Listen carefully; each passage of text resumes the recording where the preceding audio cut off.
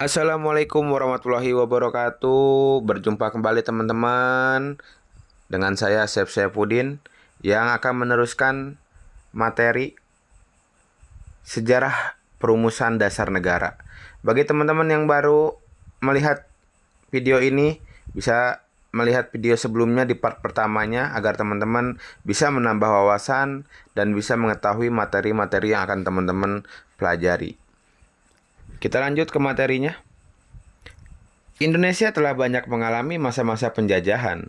Setelah Jepang mengalahkan bangsa Belanda pada Perang Asia Timur Raya di Kalijati, Subang pada tanggal 8 Maret 1942, Jepang mengeluarkan semboyan untuk bangsa Indonesia, yaitu Jepang Pemimpin Asia, Jepang Cahaya Asia, dan Jepang Pelindung Asia. Namun kenyataannya, Jepang meneruskan penjajahan yang dilakukan Belanda kepada bangsa Indonesia. Pada tahun 1945, tentara Jepang mulai mengalami kekalahan di berbagai medan pertempuran, seperti Perang Pasifik. Pasukan Jepang dikalahkan oleh Amerika. Kekalahan tersebut mengancam kekuasaan Jepang di negara-negara jajahannya, termasuk Indonesia. Untuk menarik simpati bangsa Indonesia agar bersedia membantu Jepang dalam menghadapi sekutu, maka Jepang akan memberi kemerdekaan kepada bangsa Indonesia. Untuk memenuhi janjinya, Jepang membentuk BPUPKI, Badan Penyelidik Usaha Persiapan Kemerdekaan Indonesia, dibentuk oleh Jepang pada tanggal 1 Maret 1945, bertepatan dengan hari lahir Kaisar Hirohito. BPUPKI disahkan pada tanggal 29 April 1945 dengan ketuanya Dr. Rajiman Weddiodiningrat dan wakil ketuanya Ichibangase Yoshio yang berasal dari negara Jepang dan Hervé Sueroso. Anggota BPUPKI berjumlah 62 orang yang terdiri atas tokoh-tokoh bangsa Indonesia dan 7 orang anggota perwakilan Jepang. BPUPKI mengadakan sidang kedua pada tanggal 29 Mei 1945 sampai 1 Juni 1945 membahas tentang dasar negara. Sidang kedua pada tanggal 10 sampai 17 Juli 1945 dengan membahas rancangan Undang-Undang Dasar. Pada sidang pertama BPUPKI, beberapa tokoh mengusulkan rumusan dasar negara. Yang pertama, rumusan dasar negara menurut Muhammad Yamin pada tanggal 29 Mei 1945. Rumusannya sebagai berikut. Yang pertama, pri kebangsaan. Yang kedua, pri kemanusiaan. Yang ketiga, pri ketuhanan. Yang keempat, pri kerakyatan. Yang kelima, kesejahteraan sosial. Pada tanggal 31 Mei 1945, Suepomo mengusulkan rumusan dasar negara sebagai berikut. 1. Persatuan. 2. Kekeluargaan. 3.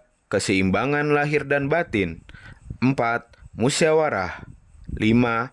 Keadilan rakyat. Pada tanggal 1 Juni 1945, Insinyur Soekarno mengusulkan rumusan dasar negara sebagai berikut. 1.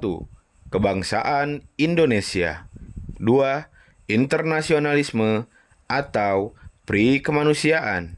Ketiga, mufakat atau demokrasi. Keempat, kesejahteraan sosial. Kelima, keutuhan yang berkebudayaan. Inilah yang mendasari beberapa kalangan atas kelahiran dasar negara Indonesia dan kemudian dikeluarkan Keputusan Presiden Indonesia Nomor 24 Tahun 2016 menetapkan 1 Juni sebagai Hari Lahir Pancasila.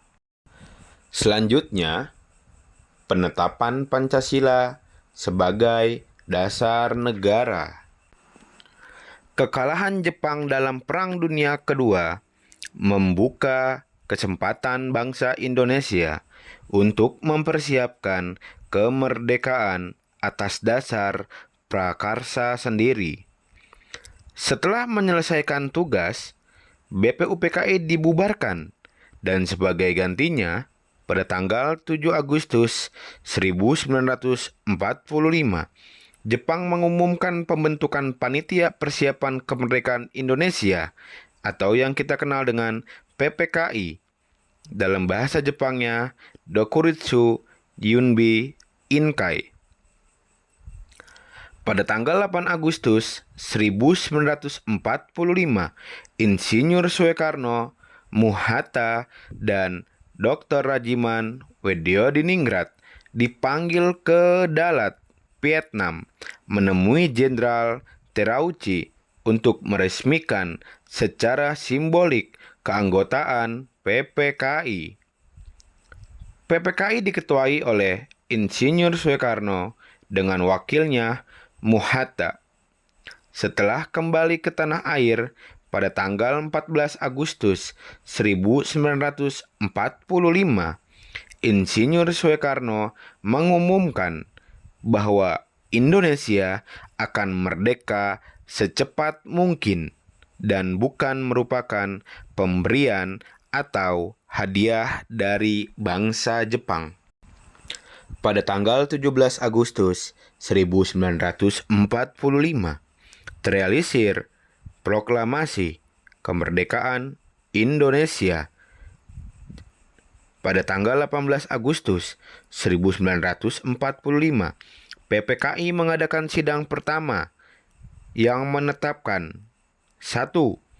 Menetapkan Undang-Undang Dasar Republik Indonesia tahun 1945 yang di dalamnya berisikan tentang dasar negara, yaitu Pancasila.